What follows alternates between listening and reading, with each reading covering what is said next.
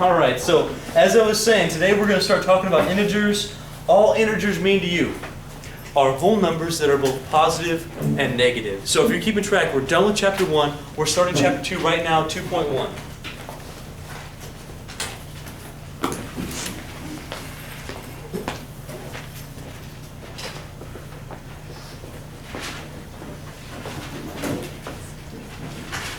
By the way, can y'all say integers for me? Integers. Good. No, not integers, right? We're not tigers. Grrr. That was funny. That was funny. Don't need the tiger. Right, exactly. We're integers. Integers. And basically what it means is, like we've been saying, these are just positive and negative whole numbers.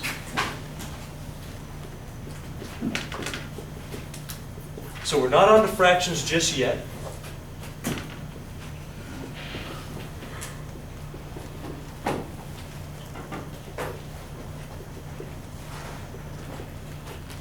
Positive and negative whole numbers. Basically, here's what we're doing. We're taking our number line that we've been very comfortable with. Number line usually starts at where? 0. And as we go to the right, we do stuff like 1, 2, 3. And the further to the right we go, the larger numbers we deal with. That's how a number line works. You already know that. Now we're taking our number line and we're saying, what if there's another way we could go? Specifically, instead of going to the right, we're going to take it and extend it left. And we get a whole nother set of numbers. We get the negative numbers along with our positive. So while we still start at 0, we're going to climb more and more negative as we go to the left. And just like to the right, does this ever stop? No. I can go forever. I can go left forever. Same thing. Same numbers, just these are negative numbers as those were positive. Also, we need to know how to be able to plot numbers on a number line. That just means find the value that I'm giving you and put it somewhere on that graph, on the number line graph. So can we plot two numbers? I want you to do this on your paper because you should have it on your paper right now. I want you to plot 2. That just means go to 2, put a dot.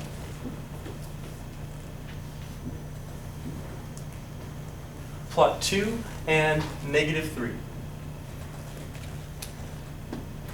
So 2 means we're positive, we're going to the right, we're putting the dot. For -3, do I go to the right or go to the left? Left. I'm going to go over how many spots? 3. Yeah, it's just right here, we're going to plot -3. That's how you plot digits on a number line. You just go over there, you put a dot there. Can you tell me which number is bigger? 2. Why? But 3 is a bigger number than 2. -3. Oh, I see. Okay, so that makes a difference for us whether something's positive or negative. Now, if you have a hard time with that, as a lot of people do when they're learning integers, there's an easy way to tell when one number is bigger than another. Here it is. All you gotta do is picture a number line in your head, or draw on your paper if you can't picture it in your head, that's fine. Just plot those two numbers. So now, right now, 2 and -3, it's pretty clear that 2 is bigger, because you'd rather have $2 than owe $3. But if you compare two negatives, a lot of people get tripped up with that. So here's a technique to do that. You plot the digits on your number line like we have. The digit that's to the right is the bigger number, no matter what you have, whether you're 2 negatives or 2 positives or negative and a positive or whatever. The numbers as we go to the right are bigger and bigger numbers. Bless you. So whereas -3, that's over here, and 2's to the right, we're going to say 2's bigger because on the number line, it's to the right of that number. Does that make sense to you? So as we go to the right, we get bigger numbers. So just a little note for you. And recall just means remember this from the past here. If a number is to the right of another number, it is bigger than or greater than that number.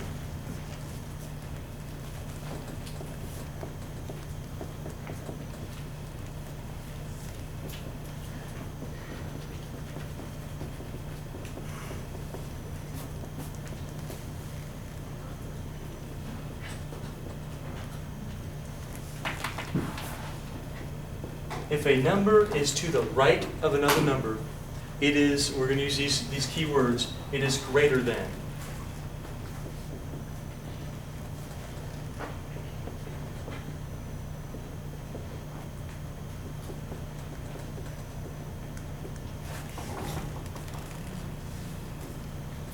It is greater than that number. Now, there's a symbol for greater than that you may or may not have seen before. Have you ever seen the greater than symbol? If you have, show me with your hands what the symbol looks like. It's called an inequality. You might have heard of it. Yeah, that's the one. Look around at some people who have them up right now. Yeah. Yeah, it's kind of like that. Anybody else? You ever seen that one? Looks like this. You seen that? Or like this one? Have you seen those little arrow-looking things? Those are called inequalities, and they're not equal signs, but they have a relationship amongst two numbers. And what it says is one number is bigger than, greater than, or smaller than, less than another number. And the way we place them has to be appropriate. You might have heard this. The alligator always eats the bigger number. You ever heard that? Your teacher said that to you?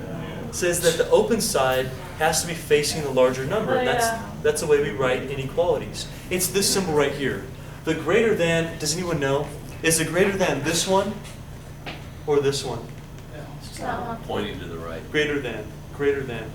It would say one number is greater than the other. Which number would be bigger here? This one or that one? This would be bigger, right? So this is the greater than. That's the greater than symbol. So when we read that, we go, oh, that's greater than. So if a number is to the right of another number, it is greater than that symbol, greater than that number.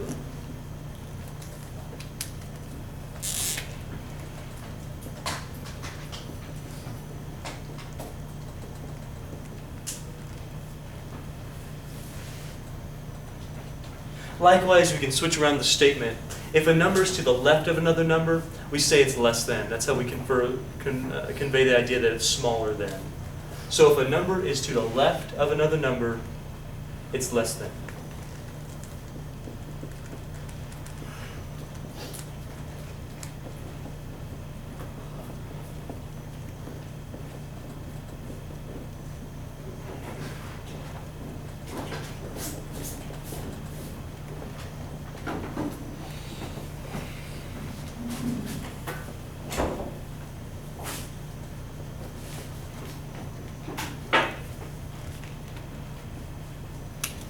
So we say less than, we're going to use the opposite symbol here.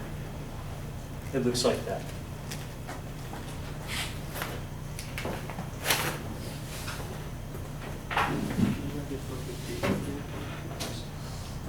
Oh, also I have some homework to pass back to you.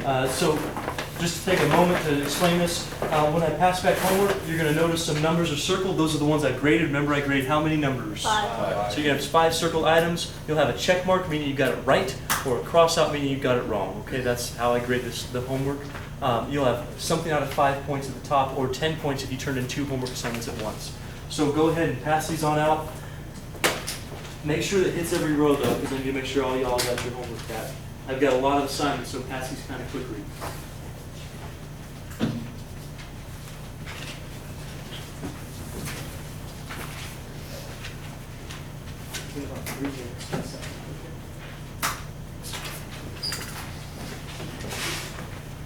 Okay, so going back up here, we have a couple ways to represent this information. Can you tell me again which one is the larger number out of -3 and 2? 2. So we could really write 2 statements here that make sense. If I put the 2 and the -3 like this, or the -3 and the 2 like this, we can say the same thing 2 different ways. We just have to use the appropriate greater than or less than symbol. So can you tell me, what's going to go in between here, the greater than or the less than? Greater. Sure, that's this way facing. It's got to open to the bigger number. So we'd say 2 is greater than -3, and that's for sure a true statement because 2 is to the right of -3 on the number line. That's how we define that. How about this one? Is it still greater than? Less than. Good. So we'd say -3 is less than 2. Do those say the same thing to you? It's just backwards, right? Just a different way of saying it. What I'd like to try right now is going through and using these symbols appropriately. If you're having a hard time, again, just picturing what a number line looks like, draw out a number line and plot these digits. What we're going to do right now is figure out which numbers are bigger and use these symbols appropriately. So we'll try that with several examples and then we'll move on from there. By the way, keep it to yourself on this one. I want everyone to think about this. So if you know the answer, great. That's fine. Just write it down for now. Don't shout it out at this one moment.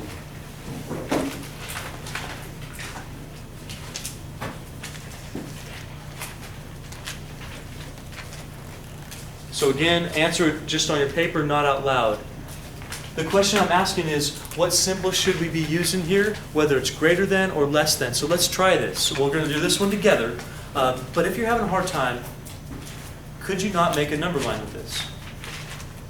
Now, we don't have to draw the whole number line, but if you're looking at this, we go, okay, here's a 0, right?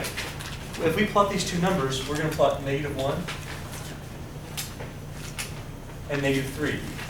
So when we plot -1 and -3, we'd go here, and we'd go there. Does that automatically tell you which number is bigger than the other number? Yeah. It says the numbers to the right are bigger numbers. The numbers to the left are smaller numbers. So just by picturing a number line, or if you can't picture it, actually draw it on the board, you can get every one of these numbers right. There's really no excuse for, get each one of these examples right. There's really no excuse for getting these wrong because you can all draw a number line. Now, if you're with me on that. So, either we're good at this, we can picture those number lines, we write them out. Can you tell me which is the bigger number in this particular case? -1, absolutely. So we're going to use the appropriate symbol to represent that -1 is a larger number. Are we going to be using the greater than, which is this way, or the less than, which is this way? Very good. So we'll just have to put the less than in between.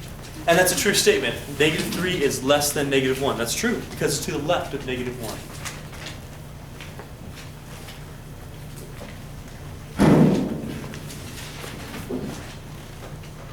I'll give you a couple more. Let's try 3 more on your own, and then we'll move on from there.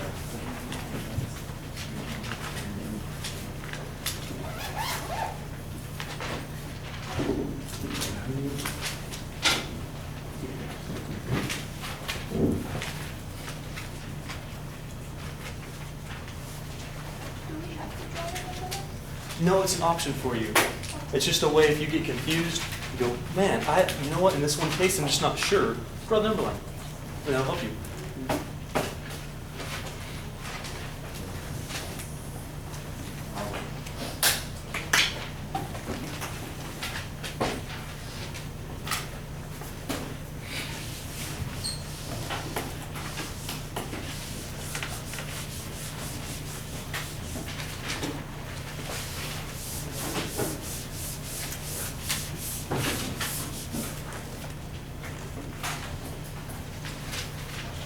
Did you get them?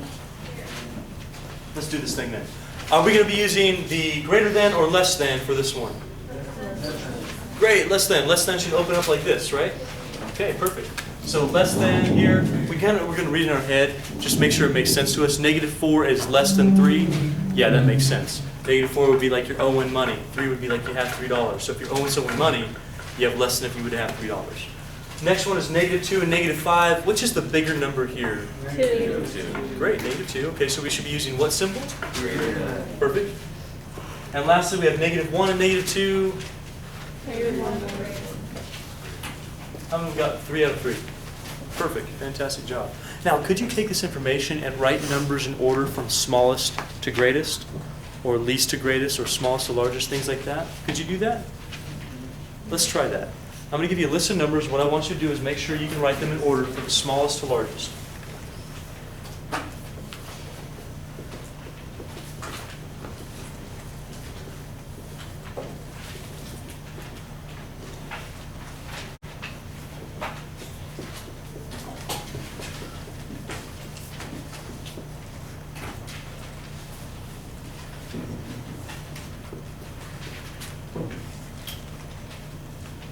Again, if you have trouble, you can just draw a large number line, put them all on the number line, and read the line from left to right. That would tell you what's the smallest numbers and what's the sequentially larger numbers. That's one way to do this.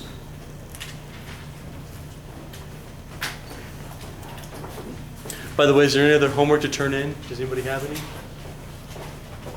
Good.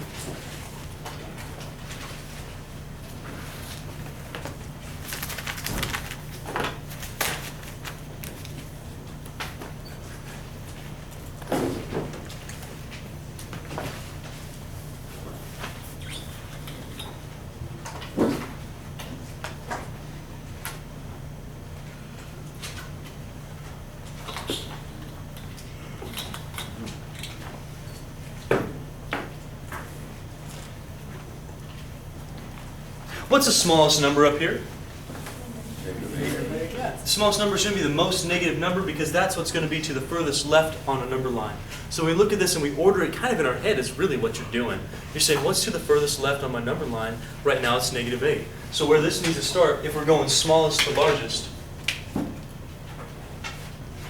is negative 8. And just for me, I like to cross that out when I do it. That way I don't have to look at it again. So I know that's there. Notice the next smallest digit after that.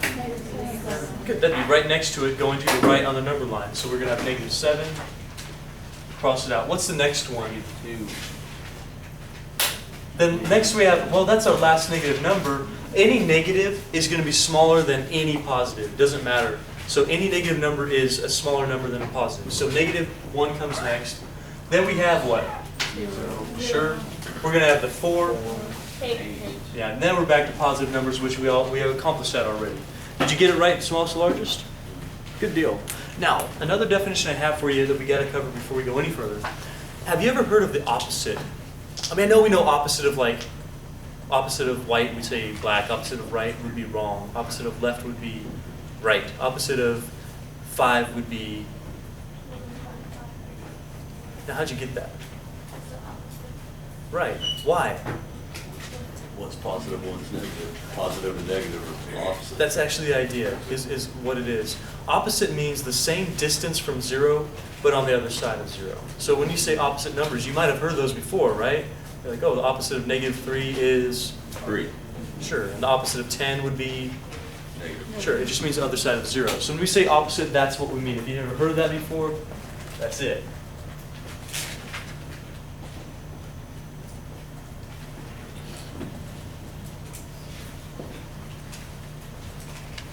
So opposite means two numbers the same distance from 0, but on the other side of 0.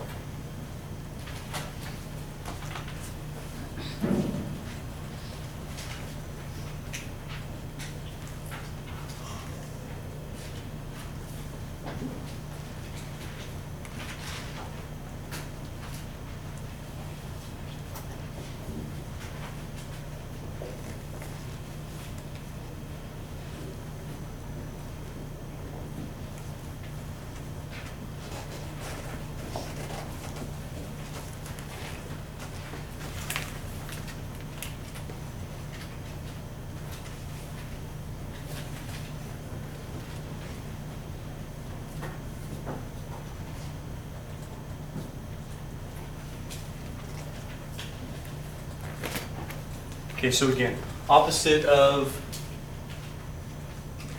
negative 8? 8. Good. Opposite of 4? Opposite of A? Negative 8. Good. Does it matter whether we have an actual number or variable? No. Opposite of negative B, everybody? E. Okay, so we can extend this concept to variables as well. Very good. Awesome. How about the opposite of 0? There is none. There is none. Is there a negative 0? No. Well, it's just 0 then. That's fine. There's an opposite, but it's still 0. One more thing I need to cover with you is how to say some of these things, because we use this symbol two different contexts. You've seen it before. I just want to make sure that you see it one last time before we start using it. If I were to write this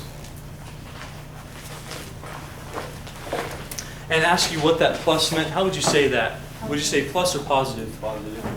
If I wanted to say that expression, you say 6 Plus 6 plus. You wouldn't say 6 positive 2, would you? 2. No. No, we'd probably say 6 plus 2. So when we have something in conjunction with two numbers, like we have right here, when it's an expression, we do use the word plus. If you have a number sitting out here all by itself, and are you going to say that's plus 4? Or you say that's positive 4? Neither. So while we don't write, well, if I say 4, to distinguish between negative and positive, we say positive 4 or negative 4. This wouldn't be negative 4 because we have no sign in front of it. It's implied to be like a plus sign, but we don't say plus. We say the positive here. So when we have no sign in front of a number, we're going to say positive.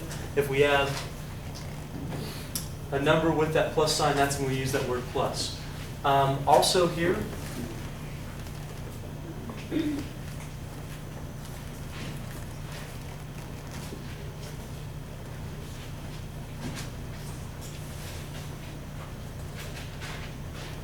a little bit more relevant in this case.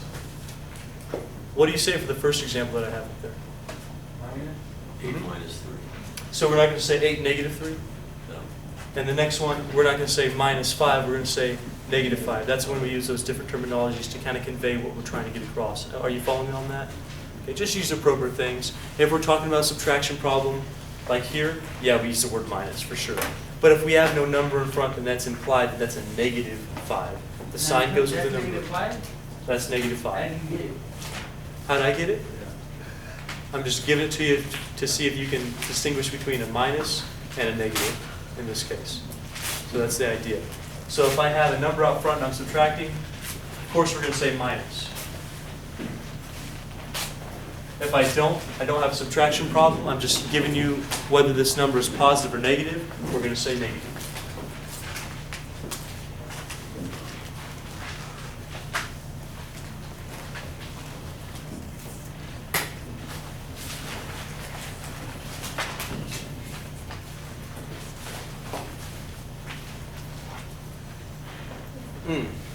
One last thing I got to show you before we get on to absolute value, and that'll be the end of our section here today. In certain cases, we can simplify a lot of mathematics, especially the signs of numbers. For instance, what I mean by this, I'm going to go a little bit further than what I'm supposed to right now. I'm going to give you a little preview of some information. That way when we get there, it's a little bit easier for us. Would you like that? Yeah. Sure. I hope so. We can often simplify the signs of numbers. What I mean is this.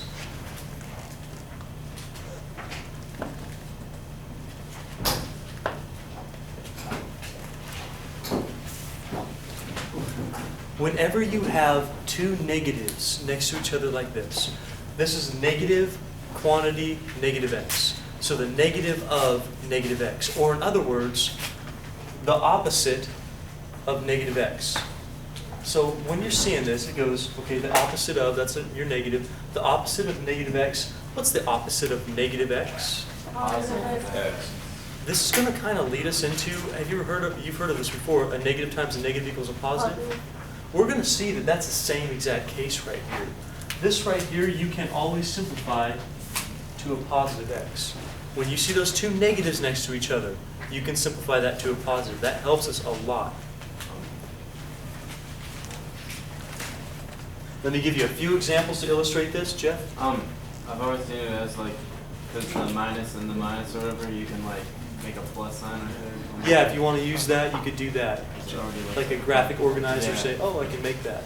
That helps a lot for a lot of people, that's true. And I'll show you that when we get to multiplication. Yeah. This is kind of like a preview, but yeah, you're exactly right. So for instance, let's try a few examples here. How much is negative 27? Or in other words, the Positive. opposite of negative 27. How much is that? Positive 27. Good, very good.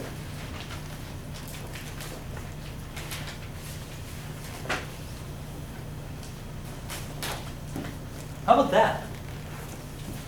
Y. Negative y. Yeah, negative y. What it says is the opposite of y, or negative y in this case.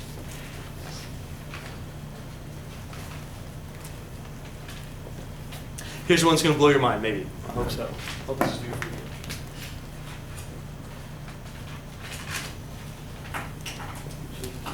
Positive. Notice how this looks really similar to this one, only there's a number out front. Guess what? The same idea actually works on this thing. If I have a minus, a negative, when we do that operation right there, what you can really consider this as, I'll show you the why in a while. I'll show you why we can do this. When you have that, it's very similar to doing the whole positive idea. Remember the opposite of negative 9? Only this time, we change that to a plus. That's the same basic idea. When you have a minus and a negative, or two negatives together, they become either a positive or a plus respectively. Just like here we made that a positive, here we can actually make that a plus. I'll teach you those rules when we get into the multiplication, but it's used right now in some of this opposite stuff, so I have to show it to you now. Guys, that's new for a lot of people. If you're having trouble with that right now, I need to know. Do you guys have questions on that one? You okay with this? Yes, no? Go with that one more time. Sure. Like that one. The opposite of, The last one. Sure, I'll get there. The opposite of negative x is of course going to be positive x. Opposite of negative 27, well that's going to be positive 27. This is saying that a negative and a negative make a positive. That's basically what it's saying. Opposite of y gives you negative y. What this is saying is a negative and a positive give you a negative. Those are, can you see that those are going to be our multiplication rules later on when we finally get there? This is kind of a preview. This one's a little bit interesting. I'm going to show you the y later. I can't show it to you right now because I haven't shown you the addition rules yet, but I will. But you need to know that this idea progresses all the way through a problem like this. So even though I know this is not a negative, we say that would be a minus, the same idea applies. So if you have a minus and negative, that is going to become a positive or a plus in this case. Two negatives give you a positive, a minus negative gives you a plus. Positive and plus, we're just using them in two different contexts because here we have a number up front, here we don't. One's an addition problem, one is just a positive. Why doesn't the 7 go to minus 7? Negative 7. That's the value of that number. Every number is included, every sign is included with the number just behind it. So for instance, this minus talks about that stuff. It doesn't talk about that one. Okay. If I wanted this to be, that's a great question, if you guys aren't noticing that. If I wanted this to be negative, I'd have to put a negative up front. These signs past the number don't affect that number. They affect just this number. Does that make sense? Or if you wanted it to be a negative, you put a plus out in front. Can't 7, I'm saying. Well, right now I have, that is like a positive. Yeah. So I can't, Okay. I'm not going to Got change it. that one. I see. Let's have that. Okay. That's only time. Okay, remember, that's just a preview. We will get there. I just wanted to load that information in your heads right now, so you're kind of seeing this a couple times, because that's hard for a lot of people, all right? So now you've seen it once. Next time we see it, it's going to be fresher in your heads. Are you with me on this? So we're going to spiral it in. Okay, the last thing we've got to talk about in this section is something called the absolute value. How many people have heard of the absolute value? How many people have forgotten or have never heard of the absolute value? Okay, that's fine. If you forgot it, that's okay too. We're going to talk about it right now.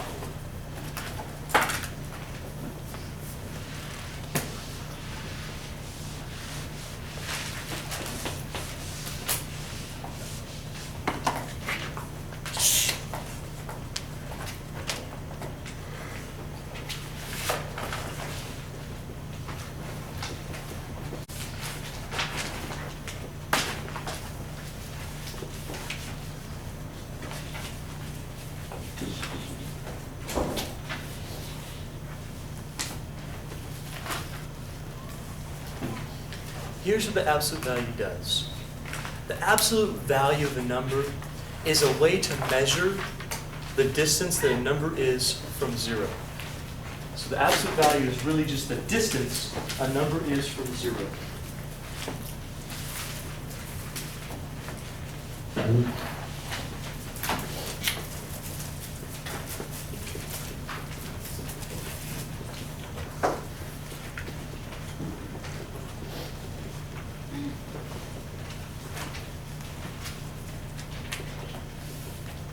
So basically, it's a measurement. It's just measuring where a digit's place is in relation to 0.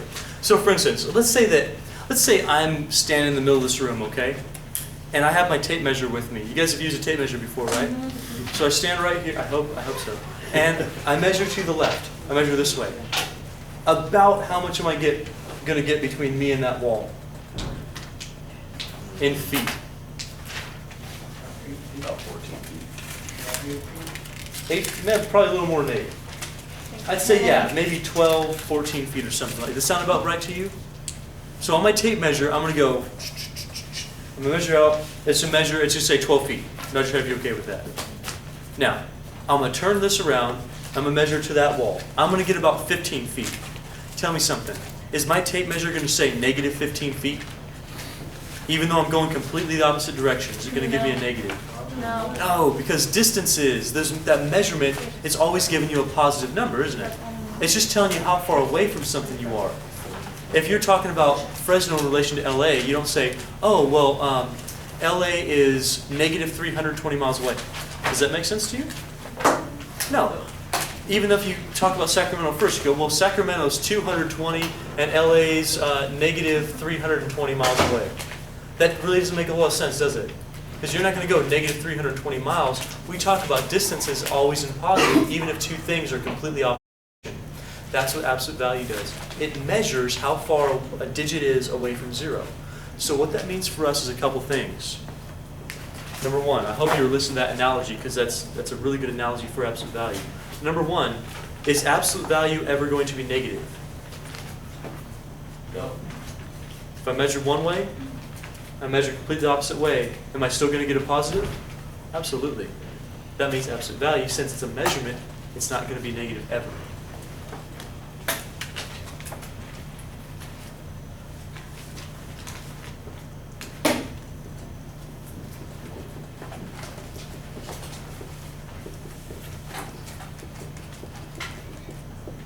Also, it uses a couple symbols that we need to be familiar with. It uses these vertical lines that are a little bit longer than like ones. They go taller and shorter than that. So it uses this. They're like elongated ones without the thing on the bottom. And what this says to you is, I want you to find the distance, whatever the number I put in here is, from 0.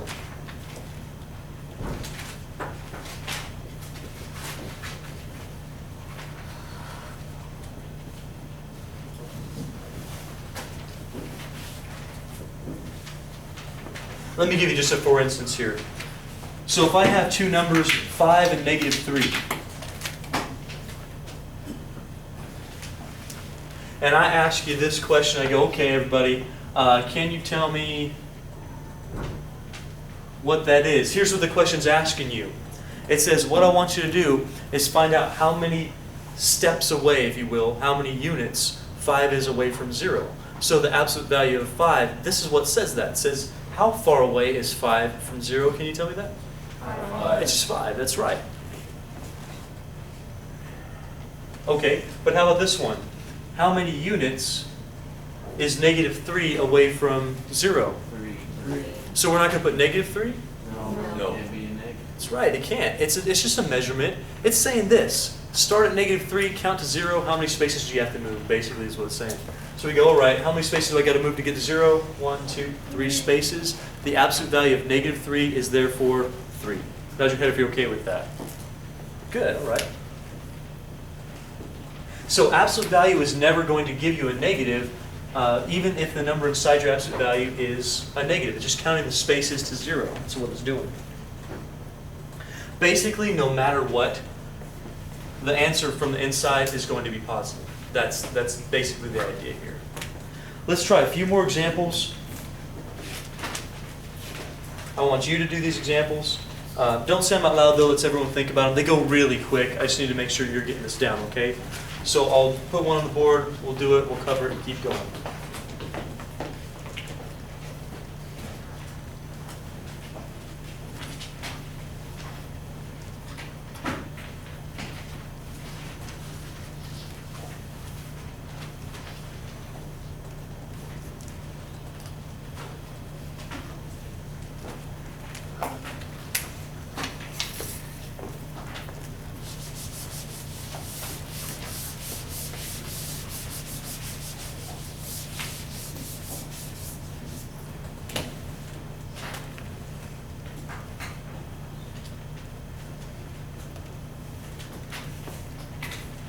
So here's some basic ones for you. Everybody, absolute value of 6 is how much? 6. Perfect.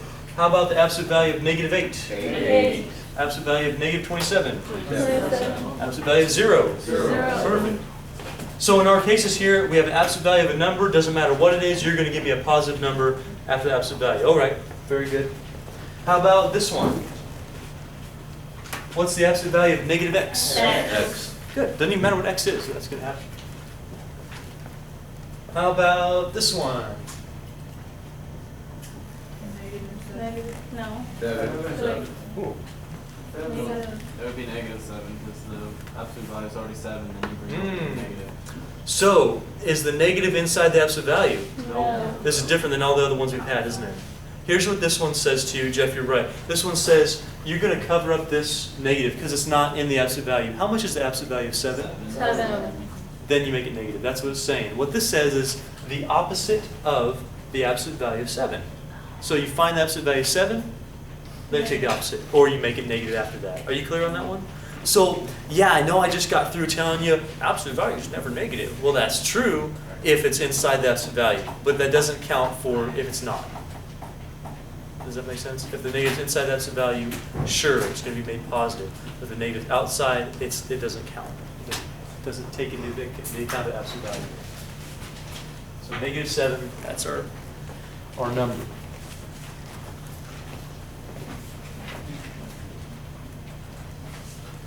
Think on it. Don't say it out loud. Think on it for a second. I want everyone to think on this one.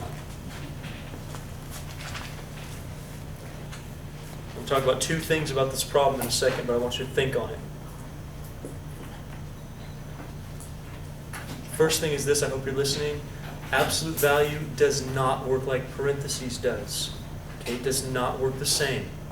Does not work. Are you listening? Does not work the same. So while you can do this, please pay attention here. I want you to see the difference. Remember we just got done doing this? We said that's +3. That does not work here. This is parentheses. This is absolute value. Absolute value says you got to take this into account before you even start talking about anything else. You with me on that? So this process doesn't work. What this one says to do, it says how much is the absolute value of -18? 18. And then you're going to, Add the negative. so it's going to be how much? -18. That's exactly right. Did you get -18? Yeah. Good for you. That's awesome. So this concept works for parentheses. Absolute value are not parentheses. They're different. Way different.